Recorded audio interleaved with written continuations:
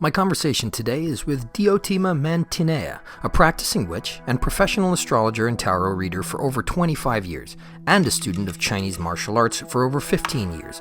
Diotima has a unique perspective regarding her approach to the Western esoteric traditions. Her intuitive, nature-based approach is a welcome and refreshing addition to this season's dialogue, and I found her to be one of the most pleasantly grounded, articulate, and sincere practitioners I've conversed with.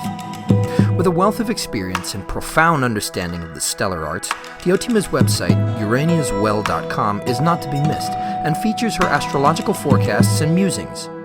She and Season 1 guest Ivo Dominguez have also recently co-authored and released Aries Witch, the first in an astrological series exploring sun signs for witches and pagans. Both being former New Yorkers now living in the Asheville, North Carolina area, she and I sat down to discuss our experiences growing up in the Big Apple, being an astrologer in the Western University machine, and magic and gardening in the mountains of Appalachia. I'm Ike Baker, and this is the Arcanum Podcast.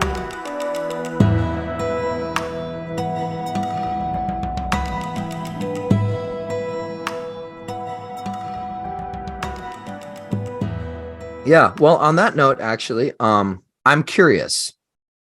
Are you a fan of Platonic philosophy or the dialogues, or do you engage with that material to any meaningful degree at this point? Or well, given my name, you can be sure that I have read my share of Plato. But no, that is that's just not my magical focus. I'll put it that way. Although I respect it, but I kind of do my own thing, and I'm definitely a witch. And while I was introduced to magic through astrology, I came to astrology first. And so I remember when I first was introduced to astrology, it was because I wandered into this bookstore in Manhattan called Mason's Bookshop. And Mr. Mason was an Eastern European gentleman who had opened this bookshop. He was a fine astrologer, and it was in an old brownstone, an old New York brownstone on Lexington Avenue. And it had all floor to very high ceiling, because it was an old brownstone, bookshelves on 3 walls and a library ladder going around the entire 3 walls. And they were just packed with books, most of them about astrology, some of them about magic. But of course, you can't really study astrology without learning the Western mystery tradition. So that was kind of my introduction to magic. But then in the mid 80s, I didn't really pursue it, because then, I pursued astrology, but then I went to college and grad school and studied science and all of that. And then in the mid 80s, I discovered Wicca, which at the time was the only thing that even vaguely resembled witchcraft that one could get into, besides all of the Western magical astrology. And that's just my way of doing things. I have a very strong connection with nature, and I ended up discovering that I'm quite intuitive. And so while I use astrology and I am a professional astrologer, my magical approach is much more intuitive and nature-based. Excellent. Yeah. It's funny you mentioned all that, actually, because well, first of all, you're really playing on my heartstrings with old New York, because I grew up there too. You too? I was born and raised in Manhattan. Oh, wow. Yeah. I grew up out on Long Island, but my father lived in Manhattan pretty much my entire life until my late 20s. And so I lived there for, I want to say, like 7 or 8 years. I lived in West Harlem. My father lived on Lexington Avenue, actually. Did he really? Yeah. And so I spent a lot of time there. My old New York bookstores were on the west side, though. I used to go, there were a couple of really old bookstores, when they were used bookstores, up by Columbia University, and Artie's Deli up there on the west side. It's really great. But the interesting thing about it is that, you know, I every so often and this is just kind of an aside because a lot of the people that I have on here I do talk about Platonism with.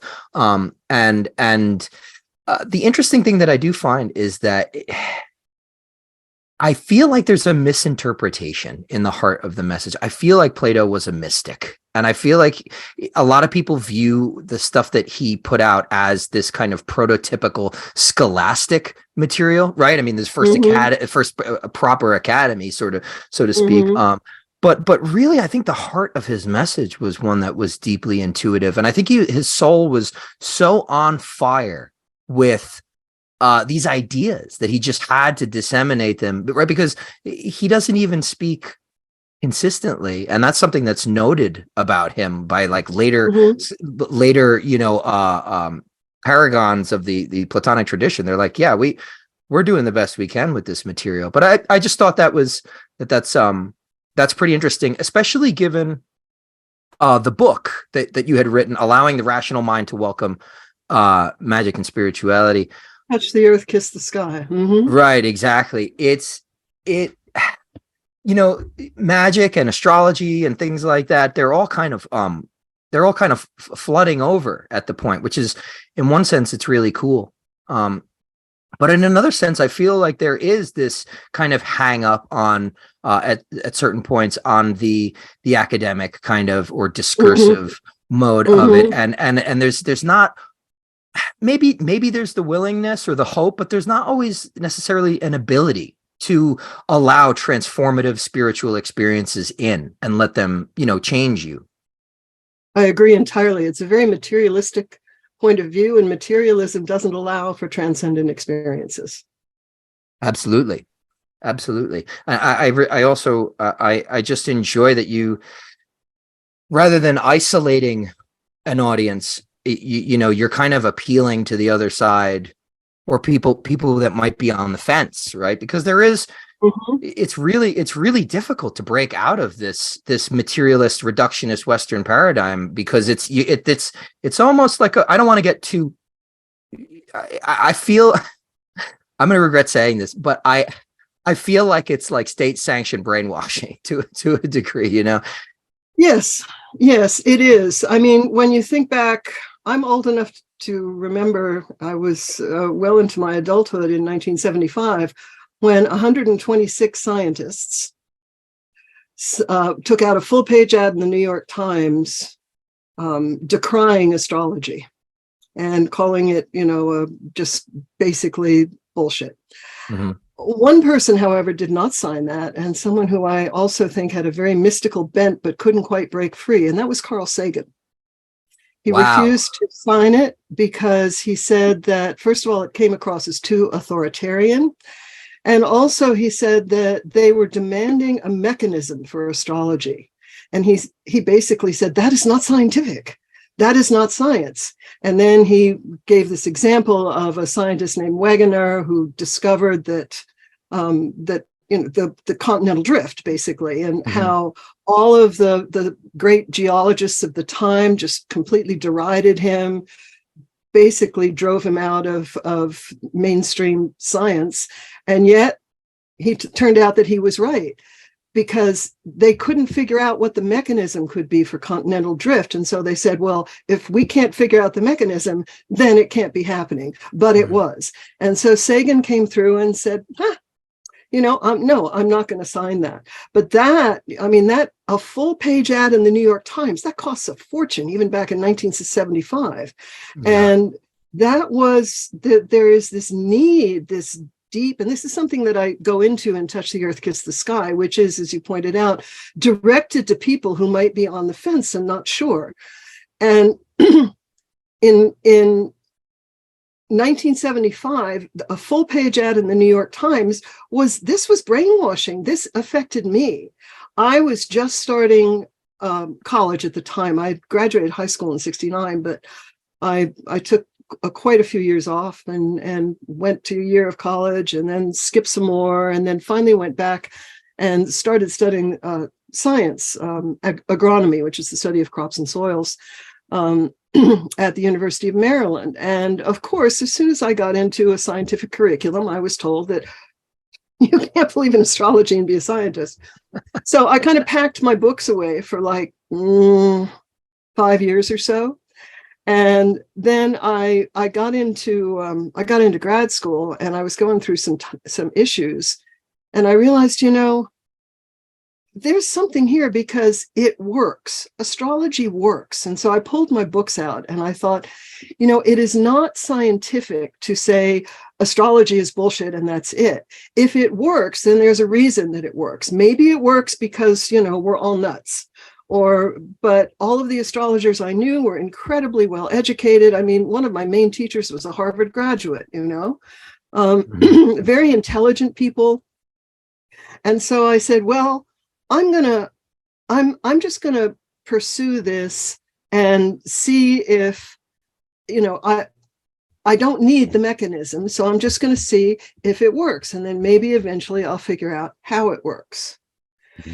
And when I left grad school, I ended up about 3 years later, I guess, opening a little metaphysical bookstore. And that was, that by that point, I really, really, really, and I discovered witchcraft at that time too. So I was in a coven, I was studying magic, I was seeing that magic worked. My first tarot teacher was doing readings for me that were unbelievably specific. And when you think about how specific a good tarot reader can get, It's like, I'm sorry, she can't just pull all of this stuff out of thin air that actually happened. And, statistically, the chances are, a gazillion to one that she would find all of these very specific facts that actually happened, and that there's, and that there's nothing to it. It was just luck. I couldn't believe that. Mm-hmm. So I spent a lot of time. I've spent almost 40 years now, really, really thinking about what magic is and why it works and why science works and magic works and where do the two meet, Right. And I think it's something that we need to think about, because I think a lot of magicians just kind of hide. They say, well, my spirituality is over here, my magic is over here, and my cell phone and my computer and maybe my work as well. I mean, I taught a class up at Sacred Space Between the Worlds conference a few weeks ago. Mm-hmm. And I asked for a show of hands as to how many of the people there were scientific professionals. This was a class on integrating science, magic, and spirit. I would say over a third of the people were scientific professionals. Wow. So there are a lot of people who do magic and yet are knowledgeable about science. And a lot of them, from talking to them, I've discovered that they just say, well, I just put my magic over here and my science over here, but I'm too curious to let it go like that. So I've been exploring it, and then I finally decided, well, I need to write a book about that, and that's when I wrote "Touch the Earth, Kiss the Sky." Beautiful, yeah, that's great. I mean, people do need more. I think that you have to lead by example to get people to come out of their shells and to open up to those ideas, because I think something inherently, it's funny to me because I find that a lot of it has to ultimately do with aesthetic, at least, on the exterior level, the superficial level, but beneath that thin veneer of being drawn to something with this kind of mysterious aesthetic, right? Because there's plenty of other things to be drawn to. I think that there's this, that calling, that itch towards these things, absolutely. And you get brought there, and then to do as you say and kind of separate or toggle. Ultimately, right, it may have to happen that way at first. You create a magical personality, but they have to come together at some point. Otherwise, you're kind of inducing this. I don't want to say it's as dramatic or drastic as schizophrenia, but yeah, you are polarizing the self even further than it already is. There has to be some sort of meeting point, but that requires courage. Yeah, absolutely, it does. And let's think about this for a minute, because if you're a magician, and I gather that you are, and you are, then you know that you have to have all of your internal thoughts and emotions come into line to direct them towards making magic happen. Would you agree with that? Absolutely. Yeah. And so we have, because we are, as you put it, pretty much culturally brainwashed into materialism, there's a lot of stuff hiding underneath our conscious mind, in our subconscious, perhaps in our unconscious, that says, this is nuts. Excuse me, still recovering from a cold. But and so unless you address that, unless you dig deeply into your mind and into your emotions, and you draw up these conflicting beliefs, it's like, well, I believe magic works because, damn, I've been doing this for 20 years. And, when I do a spell, usually it either works or it gives me some idea of at least of why it didn't work. I seem to be interacting with a live, living universe or mind or nous or whatever you want to call it. And then there's this niggling part of you that's saying, that can't be true. That can't happen. There is nothing outside of material reality. And your thoughts and your mind are completely separate from material reality. They are just an epiphenomenon of the brain. And therefore, what you think is magic, you're fooling yourself. It's just coincidence. That does not make for effective magic. So yeah. I think it's really important, as we become more, as magic becomes more mainstream, and it is becoming more mainstream, and it will, as far as I'm concerned, astrologically, continue to become more mainstream, although there are some bumps in the road. I think we need to really look at the problems with materialism, which science is coming up against the problems of materialism, because they can't really, I mean, quantum mechanics works, no question about that. But there is absolutely no agreement within the scientific community on the interpretation of quantum mechanics, about how it relates to the reality that we experience, the reality that we live. And there are a not insignificant number of physicists and other scientists who have come to the conclusion that materialism is the problem and idealism is the way to go. Idealism being not, as I'm sure you're aware, not, well, let's all fly off to utopia. Idealism being the concept that consciousness underlies reality, that consciousness is the source of reality. And I hear people say a lot, and I agree. I don't want to hear about I don't want to hear about quantum mechanics and magic, because if you don't understand the math, then you don't know what you're talking about, and you have no right to talk about it. Well, I can point to a couple of physicists who I've spoken to, particularly myself, who would actually disagree with that. But nonetheless, let's take that as is. But if consciousness is the background of reality, if it is the source of reality, then the scientists need to start paying attention to the people who have been studying and working with their own consciousness for millennia, mystics, science, mystics and magicians, because I've been working with my own consciousness since I first started to meditate in 1972 in my yoga classes. Yes. And I can, if you want to know something about how consciousness works, then talk to me, talk to other magicians, talk to people who have been working with their consciousness for a long time, because I really think that until we embrace the concept of idealism, science is going to keep arguing, as to what interpretation of quantum mechanics is correct. Well, what creates reality? That's really where we're going, isn't it? We really want to figure out what creates reality. So if we're going to figure that out, I don't think we're going to figure it out within a materialist paradigm. I agree. I agree completely. There's so much there that I would love to touch on. That's I mean, that's a podcast episode in and of itself. It's yeah, I mean, that's the way that I conceptualize it. It's like that, and that's why it can be so tricky sometimes. You know, they say that you know,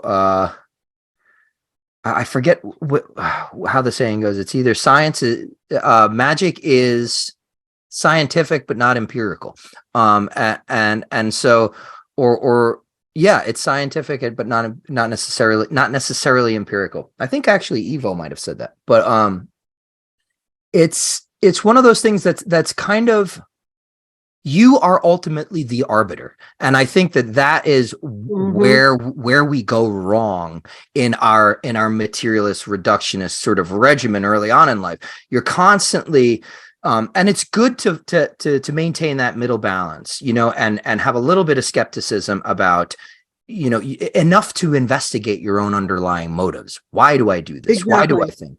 But at the same time, you cannot continually exteriorize the locus of authority for what is real and what is not in your life, right? Because you can consistently invalidate yourself, and you create sort of this institution, right, that becomes the parent.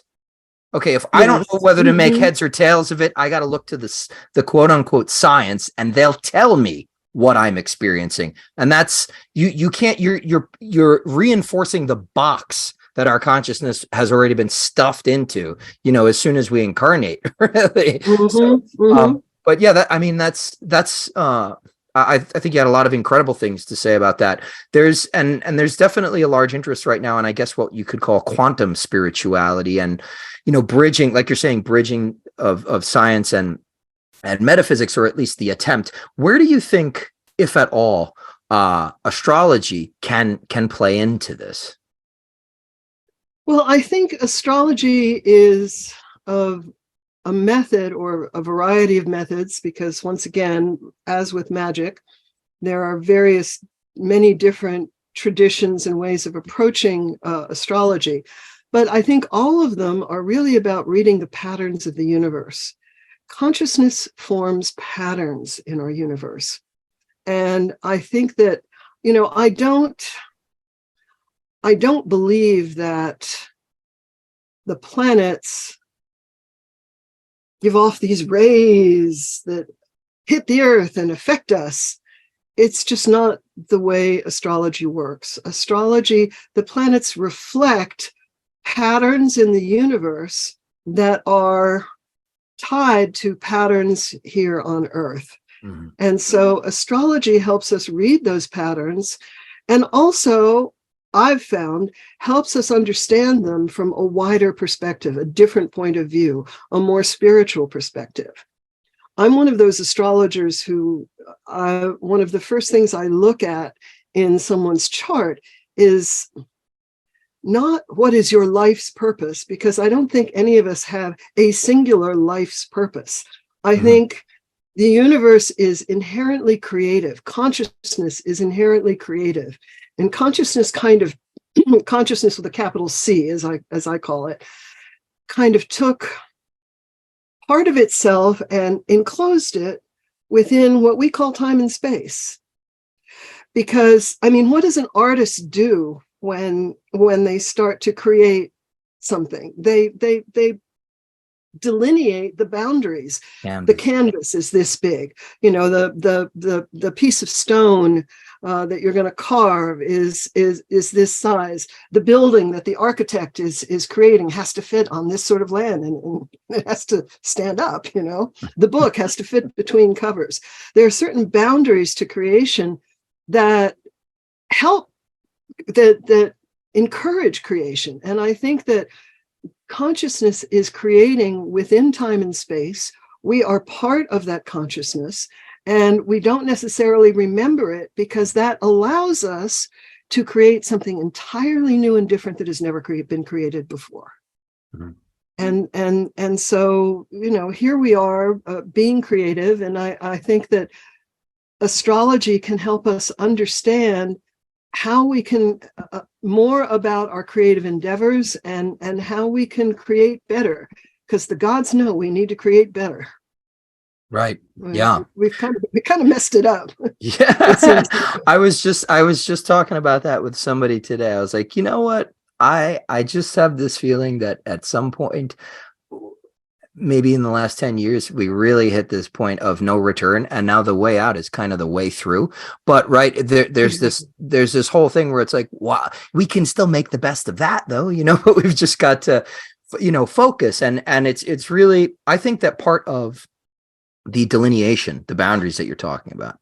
I think Dion Fortune used to conceptualize the idea of, she tried to, I think she tried to redefine evil, because, in her time and shortly before then, it kind of had this very Christian stigma to the idea. It was very dramatic. And one thing that I think she put a lot of effort into was redefining terms to clarify them quite a bit. And, she said that evil is sort of a thrusting block. It's something to push off of and sort of away from, and be, so that we can begin a trajectory towards, not to say to the other extreme, but away from it towards the middle. And I think that's part of being a magician and part of being a natural philosopher with a magical worldview, which is what I consider astrologers, I think that that's the sort of karmic influence that kind of work is typically is putting us through. But I mean, you've been practicing for well over like 25 years now. Is that fair to say? I've been studying astrology since 1969. Wow. And I've been practicing professionally since 1991. Right. And so I've been calling myself a witch since the mid 80s. So how have you seen these fields sort of change, and or how has your approach changed over that time as well?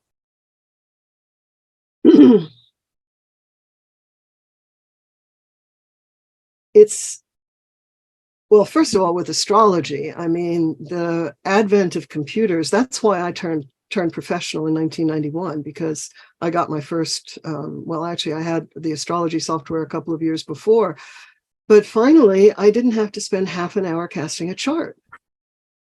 And then another half hour casting the progressed chart, and another half hour casting, just for one client, right? So the advent of computers and the internet has been, I think, the biggest change that I've seen. The openness about the openness of society towards magic and astrology has just continued to grow. And I'm teaching a class for the first time at Witchfest in July called "Just Enough Magic for Just Enough Astrology for Magic," and the astrology has not really been part of a lot of the folk magic traditions, which is really my way of doing magic. And the reason for that is that you just had to learn too much astronomy and mathematics and then you had to have the books, the tables of houses, and all of this sort of thing just to cast a chart. So, I can see why that didn't happen, but that is no longer the case. Now, anyone who practices magic can go and cast a chart, cast their birth chart, look at what's going on.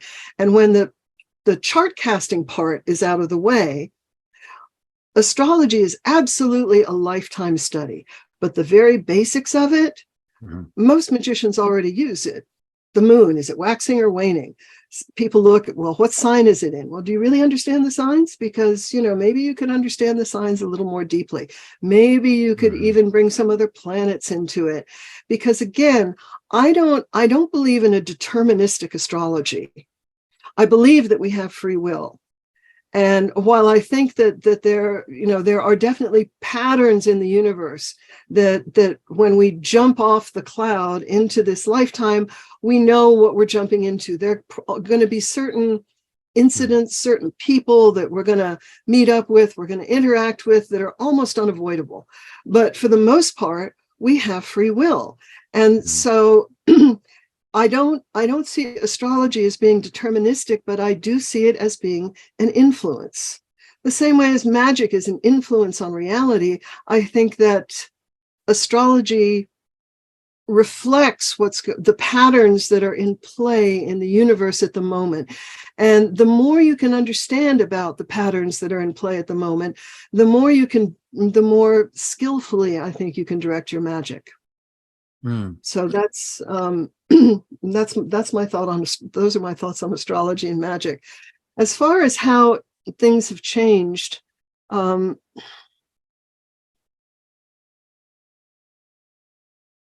there's a lot more. I mean, there's a phrase that says a group of astrologers is called an argument. And I think the same thing could be said of a group of magicians. Oh, yeah. Ask 12 witches what magic is, and you'll get 14 different responses. But the arguments are more problematic at this point. I think there's too much. Back when I was first studying magic, I had a lot of magazines in my little bookstore that were magical. What became Pangaea and then Witches and Pagans was, God, I don't even remember what it was called back then. And then there was Green Egg, and there were always, and particularly in Green Egg and some newsletters, there were always these letters section. But the kind of, and people would write in and they would say, well, I think that you actually can do money magic on a waning moon because, and then someone else would write in and say, that isn't true. You can't do magic on a waning, for effective magic for prosperity on a waning moon because. But the arguments did not get personal. They were not, for the most part, cruel.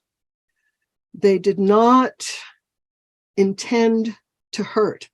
They were actual arguments, and I mean, we see it. I've seen it in academia, for God's sake. Yes, it can get personal. Yes, it can get nasty, but the level of nasty has really grown, I think, since the advent, particularly of social media, and and I think that is one of the problems that we're facing now that we didn't face back then.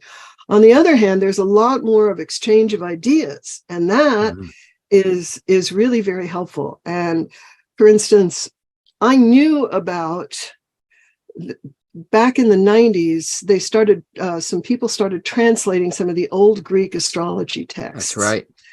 Yep. And that has become what is now known as traditional astrology, which incorporates Hellenistic astrology, medieval astrology, all of that.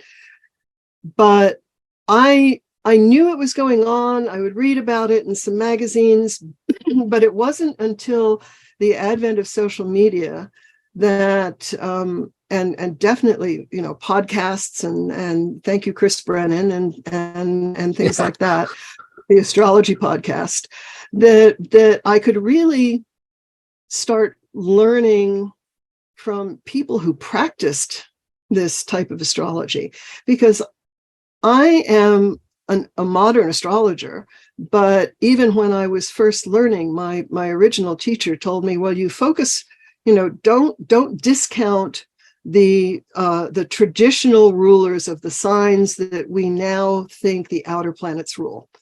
Scorpio, is not ruled by Pluto. It's also ruled by Mars. So I learned that fairly early on. So I'm very open-minded. I love learning new techniques. And I've been able to learn so much about Hellenistic astrology, about, traditional astrology, just by discussions, not by, I think Chris is marvelous, but my God, I still haven't gotten through that tome that he wrote, which is about 3 inches thick. But Yeah. I've learned a lot of new techniques, and I've tried them out, and I've worked with them, and I've seen how they work for other people, and all of this very rich exchange of ideas is I think vastly improving astrology and magic as well. Do you find that to be the case? I do. I do. One of the reasons that I started, I guess, the lecture or presentation portion of what I do was because I felt like, my goodness, I am getting a top-notch education for free because I have an hour and a half car ride to work every day. And I would just listen to Chris Brennan's podcast. And I mean, I had studied astrology and the lineage of the Hermetic Order of the Golden Dawn that I come from. It's part of your curriculum. When you first learn astrology, you have to cast those charts by hand with the ephemeris and and I remember thinking before, when you were like, "Take me a half hour to erect a chart," I'm like, "Man, that's quick." That's good. I got very good at it. I did. Yeah, but in all the time I had been practicing magic and learning about astrology, I mean, it's like the last 2 years I've learned the most from podcasts. So that's definitely the case. I wanted to try and produce that for somebody with this, me coming from a ceremonial magic background and things like that. But it's definitely, it's been a boon. They say that the cream always rises, and I like that, but I do also find you can hope, right? But I do also find that some of the lessons that come with magic have to do with processes that are automatically removed when you have such a fast and overwhelming delivery method. I think patience and fortitude and having to do these things and learn how you learn so that you can continue to develop that skill on your own. I think that those are, because consciousness is magical. I mean, and I like to tell people, like, we are literally on a ball of matter floating in nearly infinite space, orbiting this massive fireball. The fact that anything happens at all is miraculous. So it's just, it blows my mind every time I think about, like, everything is happening right now. That is miraculous. But consciousness is magical, and you're in my estimation and my experience, the more that your consciousness can learn to do and take on and be and experience, I think the more adept really you become at life and whatever this is. So I find that patience is absolutely a virtue that you need to learn, and also part of that is not only just in learning, right? It's all and submitting yourself to a discipline of anything for a prolonged period of time, but also waiting to open your mouth about it and start teaching people. I don't understand where the confidence comes from. Like, I had been studying this for almost 20 years now, and putting it into practice, and it just seems like there's a lot of stuff that ends up getting diluted because of how many voices of varying quality are out there, and that they're but I do subscribe ultimately to the fact, like, I do find that the cream rises, and even like somebody like Chris Brennan, his thing isn't even so much to me his own brilliance, even though I find him brilliant, but the fact that this is a person who has decided to be a nexus point and bring in all these incredible people and let them speak their piece. That alone is an amazing work. But so you were practicing astrology, you were practicing witch, and you said that you hold a degree in soil science, soil and crop science. So does that does that play into your craft, particularly in terms of like, where we're sort of located, the whole Appalachian folk magic, wise woman traditions? Absolutely. Back when I first started studying agronomy, I was in college. I met up with an old high school friend, and he was an artist. And he said to me, "Don't you find that studying science just takes the wonder out of life?" And I said, "Quite the opposite. If you understood what goes on inside a leaf to capture sunlight and create a plant from sunlight and water and a few minerals, the incredible intricacy of life on Earth is awe-inspiring, absolutely awe-inspiring." Mm. And so to me, when I go out in the garden and I'm, spreading some compost or planting a plant, and I really understand a lot of what is going on, how the roots are going to grow, what they need to grow, how the compost feeds the microorganisms in the soil. It expands my connection with nature. It doesn't diminish it in any way. And the thing of the one of the things that I loved about studying agronomy is that you really had to study all the basic sciences. I had to study chemistry, so I could study organic chemistry, so I could study botany. I needed to study chemistry, so I could understand soil chemistry. Needed to study microbiology, so I could understand soil microbiology, which is my focus. Soil physics, genetics to understand, plant reproduction. So I got a very broad scientific education that I treasure. I absolutely treasure it.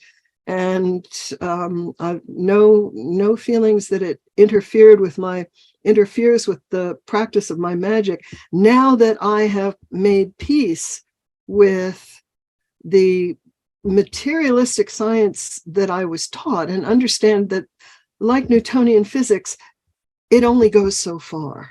And so I've taken it beyond. And so when I'm planting the plant and I'll talk to the plant, I'll talk to the roots, I'll send energy to them, as well as making sure that they have, enough nitrogen, phosphorus, and potassium.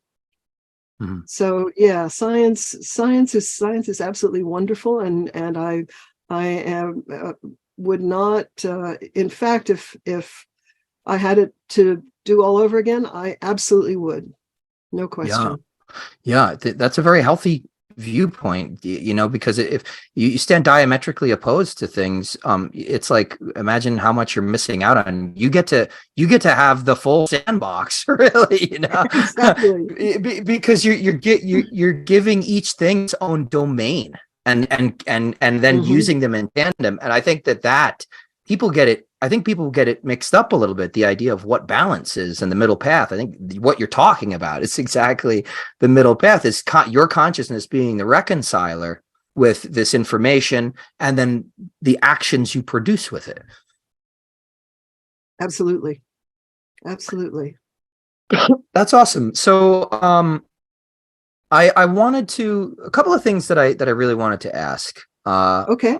Firstly, I wanted to know, I've known a lot of people that have very diligently studied astrology, and their understanding of it has been augmented to a great degree, as we're talking about, by these digital resources for free and things like that. And but there tends to be this kind of this balking point right before, as soon as you hit the natal chart. Like you've got all the pieces, and I understand them, but now I'm getting to the actual delineation and interpretation of the natal chart, and I don't know where to go from here. So what are some pieces of advice that you'd give to students who seem to hit that wall and are having trouble pushing through onto the, tackling a natal chart? Right. Well, this is actually something I teach a whole class on, so I'm not sure Awesome. that I can distill it down. But essentially, you have to understand that, first of all, you have to look at the chart as a whole. So one of the first things I look at is the way the planets are distributed throughout the chart. Are they on this side, more on that side, more up here, more down there? I look at and I look at, of course, the big three: the sun, the moon, the ascendant. I look at the balance of elements in the chart. But then you have to remember, this is a person. You're looking at this chart. This could be the chart of a chicken that was born at the same time and place as this person was, right?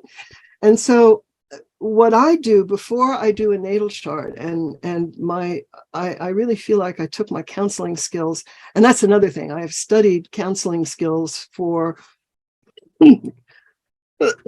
excuse me. I've studied counseling skills in some depth for going on 30 years now, because I think that you have to, if you are going to start delineating charts for people, particularly natal charts, then you have to have some understanding of counseling skills.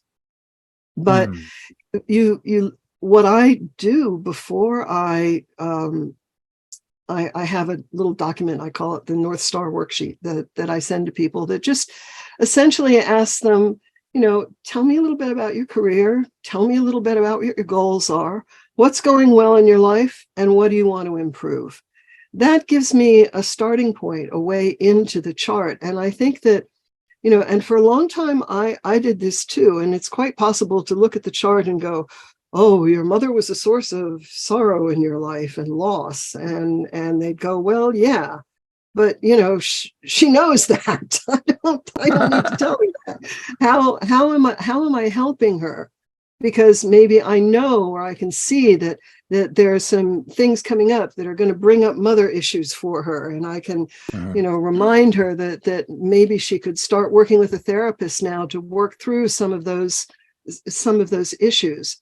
But I think that people should not be afraid to talk to a person before they start delineating the chart and going, what do you want out of this? Where are you in your life right now?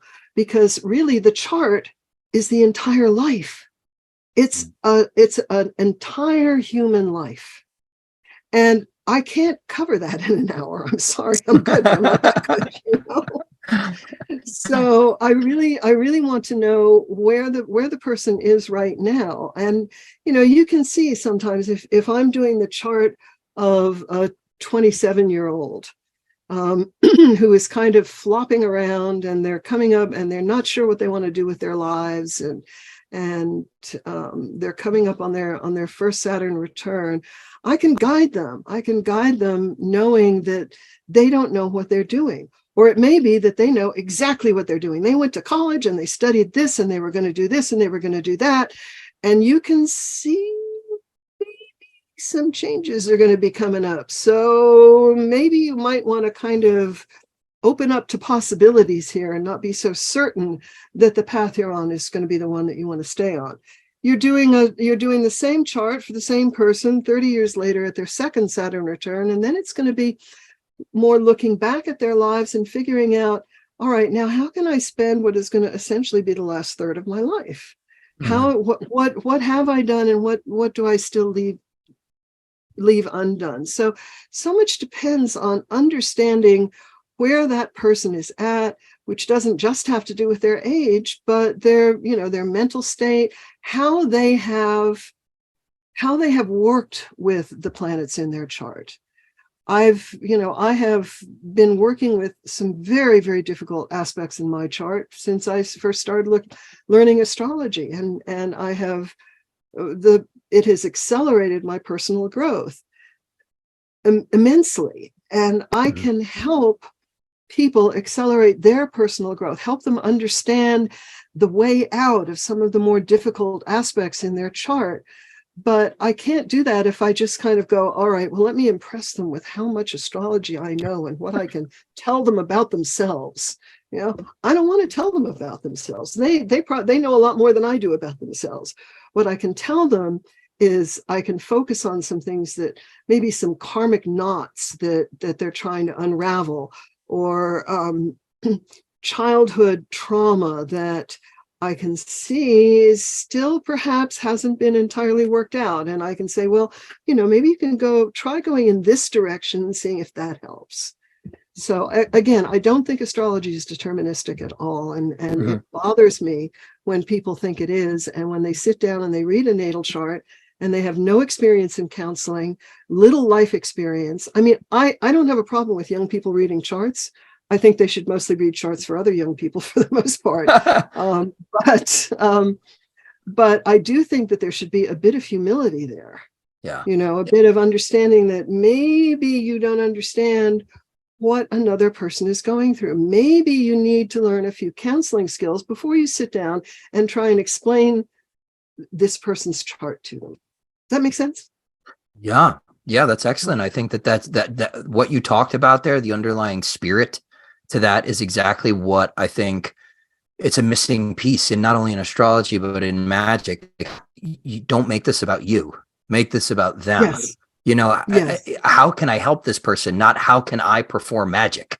Look at how powerful and smart I am. I think that's a great message that more people I think need to hear. Eventually, if you're doing this for long enough, you're going to butt your head against it and it's going to hurt. But it's like, why not just let them know at the outset? Earlier on in the conversation, you mentioned something about there possibly being a few bumpy roads, or something like that, setbacks regarding sort of, I guess, the mundane trajectory of things. This is a big question, obviously, but I am curious. I can see where you're going right now. Well, because I've seen some stuff that you've done, and I like the fact that you don't really shy away from the mundane, the larger questions. And so because a lot of people will avoid saying anything conclusive, and kind of like just like skirt the question. But is there anything that you've seen in your mundane astrological researches lately that kind of matches up at least with the challenges that we're going through at the current moment as a planet, or as a nation, or just a group of humans? Absolutely. And when I talk about mundane astrology, if I'm doing like a lecture or something, I always remind people that whatever we're looking at astrologically is going to be unfolding against a background of climate change, radical climate change, and social upheaval. That is absolutely unavoidable. However, the question is, how can we make the best of it? We've got major technological changes coming up over the next 20 years, I would say. While I would, and I mean, AI is just the beginning of it, major technological changes.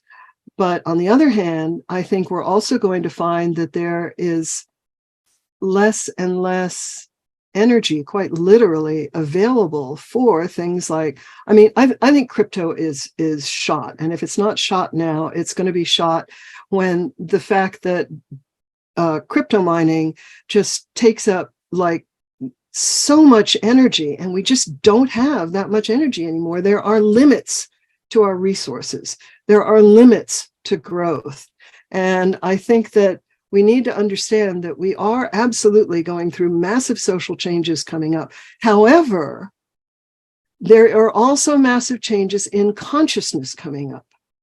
And I think that if we are willing to put in the work, if we are all willing to change our consciousnesses, that not all of us, but a significant number of us, because there's no way all of us are going to, but a significant number of us change our consciousness, come to understand that humans work best when we work together. And what's going on right now is what was very similar to what was going on, back at the turn of the 19th, 20th century, is that we've got all these robber barons and this focus of the wealth going upwards, and the Republicans have been trying to do this since Ronald Reagan, if not before. Well, I'll say Ronald Reagan, and it obviously doesn't work. It's clear that we really need to change our way of thinking so that we come into a more tribal understanding of humanity, not just, and I don't mean tribal in the sense of, well, I got my tribe and that's all I need, and I'll fight your tribe anytime, but tribal in the sense of understanding humanity as a tribe, that we need to care for each other. And we need to work with each other. We need to figure out a way. And this, to me, is what Pluto and Aquarius is all about.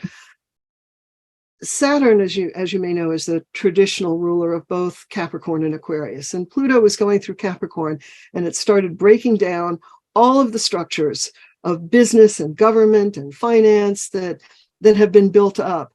And now it's moving into Aquarius. Pluto is moving into Aquarius. That is going to continue.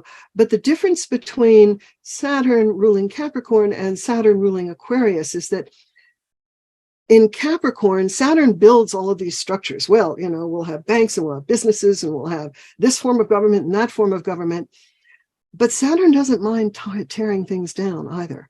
Saturn can be destructive as well, and Pluto is definitely destructive. So in Aquarius, Saturn goes, maybe this isn't working. All right, let's tear that down. People look at the Tower card, for instance, and they see, and there's a lot of talk about Tower time, which is a phrase that really my friend Byron Ballard coined when she and I were talking over coffee right after 9/11. But the fact is that the structures, as with the Tower, are crumbling. And yet, when you think about it, once the Tower has crumbled, you got a whole pile of stones and bricks there, and now you can rebuild. Maybe you'll use them to build a longhouse instead of a tower.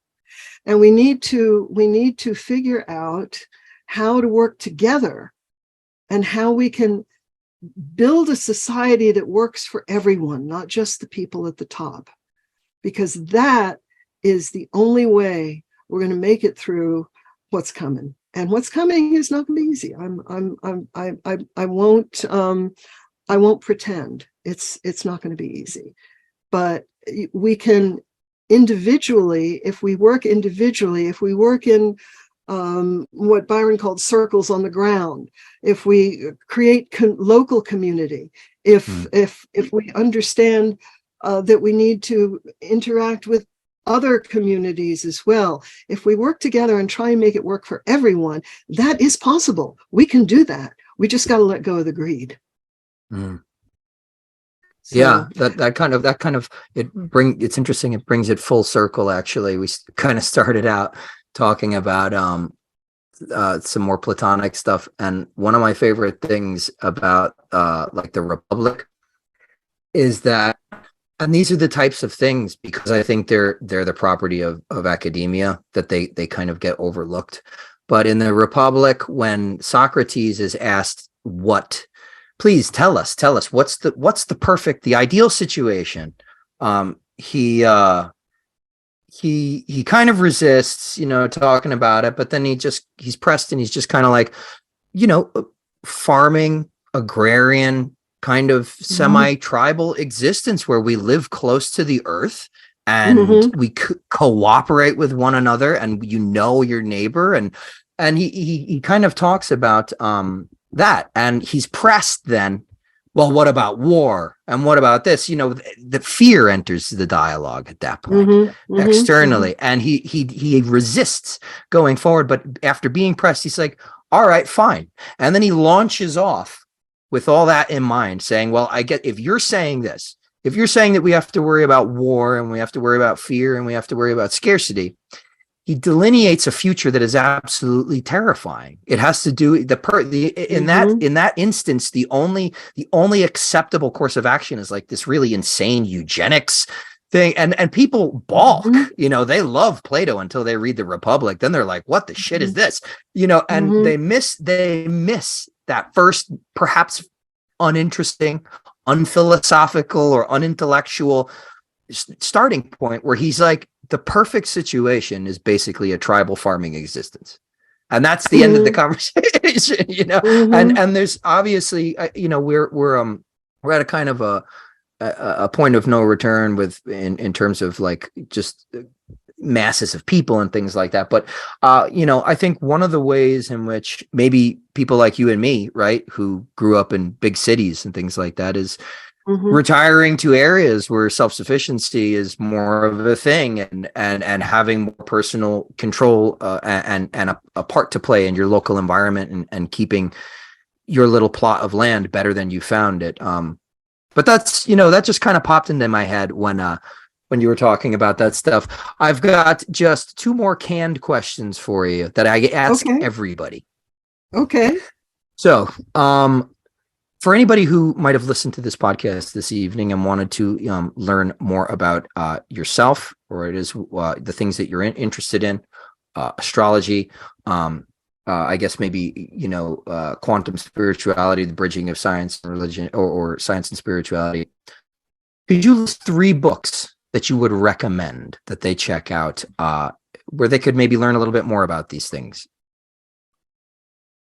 Well, I would recommend my book, Touch the Earth, Kiss the Sky, because at the end of every single chapter, I give an entire list of books for further reading.